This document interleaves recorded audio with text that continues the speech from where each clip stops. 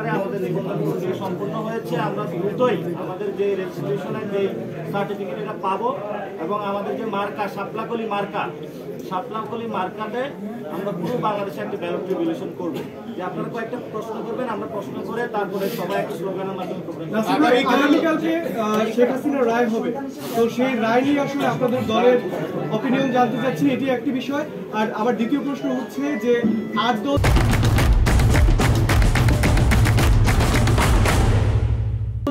দফা দাবিতে আন্দোলন করছিল, তারা সেখান থেকে সরে এসেছে, তো সে বিষয়ে আপনাদের দলের মতামত।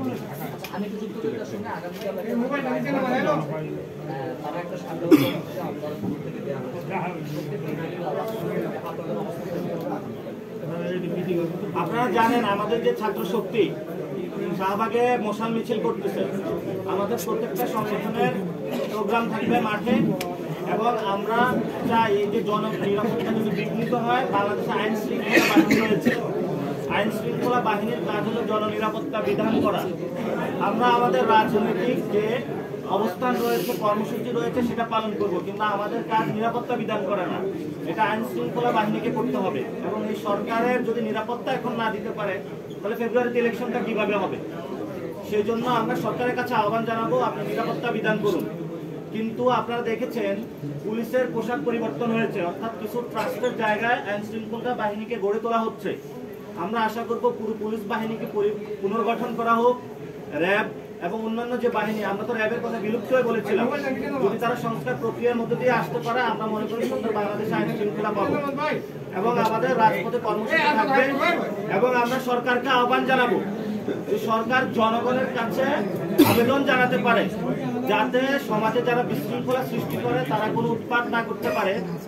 কখনো তারা ডাকাত হয়ে আসে, কখনো তারা ককটেল সন্ত্রাস হয়ে হিসাবে আসে, কখনো তারা বাসে হলে আগুন সন্ত্রাস হয়ে হিসাবে আসে।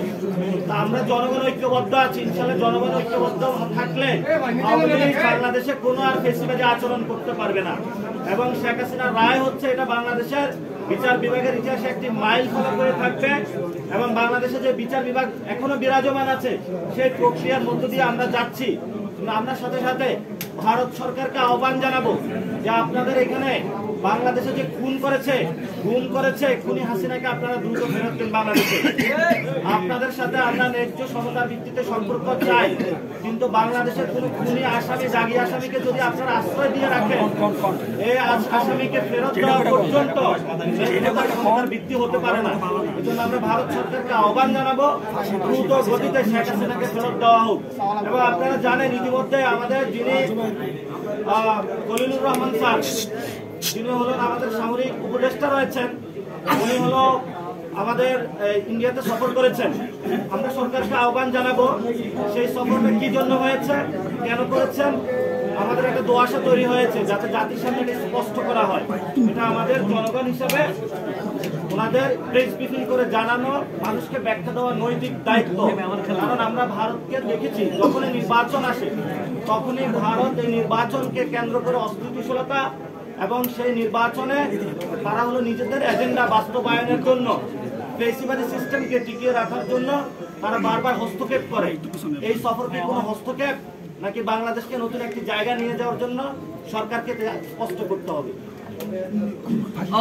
ওই ফাঁসি ফাঁসি ফাঁসি চাই, খুনি হাসিনার ফাঁসি চাই, খুনি হাসিনার ফাঁসি চাই, ফাঁসি ফাঁসি ফাঁসি চাই, ফাঁসি ফাঁসি ফাঁসি চাই, খুনি হাসিনার ফাঁসি চাই, রশি লাগলে রশি দে, হাসিনারে ফাঁসি দে, হাসিনারে ফাঁসি দে, রশি লাগলে রশি দে, রশি লাগলে